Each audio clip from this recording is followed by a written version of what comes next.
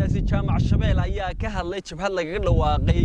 gobolka Sanaag ee Soomaaliland waxa uu sheegay ragga jabhadda ku dhawaaqay amba inaanay waxba ka maqnayn oo mas'uuliyiin beesha ka tirsanay ay xukuumadda Soomaaliland xilal ka hayaan waxa uu sheegay inaanay waqtigan sinaba suuragal ku ahayn in jabhad ay ku dhawaaqaan horta wax la yaabo saacada ay yiraahdeen waxa ku dhawaaqay markaas jabhad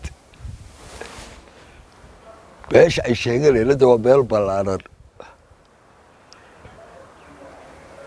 oo wasiirada dawladda ku jiraan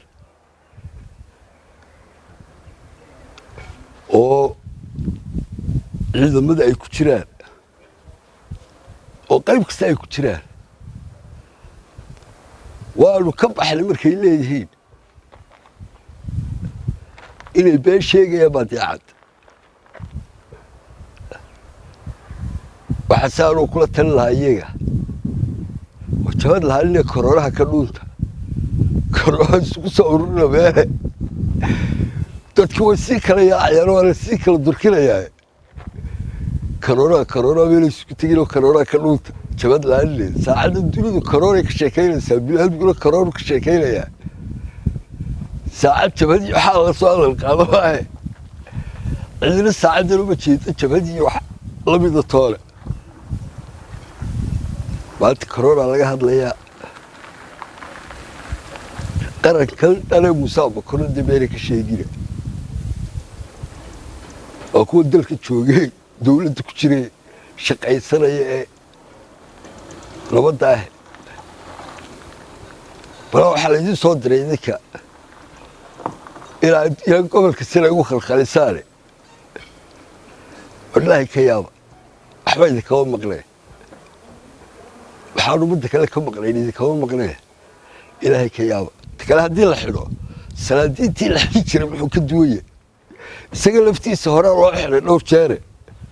waanu soo baxay miyaa lagu dhintaabaa la yidhi jeelka qofkii dembi galabada jeelka waa la geeyay oo la xidhaya jeelashana waxaynu u samaysanay qofku markuu dee xadkiisa ka talaabo qof waliba xad buu leeyahay dee halkaa lagu soo yaqaaqaabo ما هتاسي ريسل ما سبب ما معقوله سركال كأي شيء يعني أنت قرن كوكل أنت وسركال كبر برا كل أنتي قرن كوكل أنتي يجي كمودي من سبعين لا ربو كل أنتي هول قرب كتيري sidoo kale siyaasi jaamac Shabeel waxa uu ka hadlay kharashaadka dawladda ee wasaaradaha ee wasiirka wasaaradda maaliyadda Soomaaliland maalintii shalay waakii waxa uu sheegay iyadoo dakhliga Soomaaliland markii horeba meel xun u marayay in imikana intii yareed ay socotay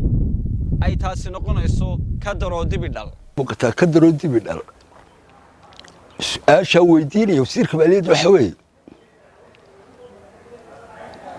dhaqaale xumaan baa jirtay marka la leeyahay horta dhaqaale xumaan baa jirtay ummadda waxaan fahamsiinayaa waa maxay dhaqaale xumaan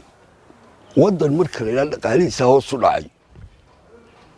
waa maxay astaanta u horeysa ee lagu qiyaasaa wax wadi sheegay astaanta u horeysa wax lagu qiyaasaa waxa weeye wax kala iibsiga haddii wax kala iibsi jiri waayo oo wax kala iibsigu dhaqdhaqaaqa wax kala iibsigu istaago ama uu yaraado horta hadduu istaago iyadoo waa dhaqaale burburba hadduu yaraadana oo hoos u dhacana waxa la dhaqaaliba hoos u dhacay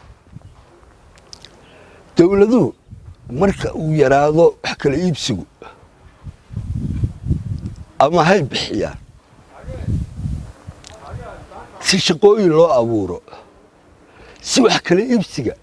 loo soo celiyo marka la leeyahay dhaqaalaha waddankaas uu wareegsan yahayna waxa weeye macnaheedu wax kala iibsigiibaa sare u kacay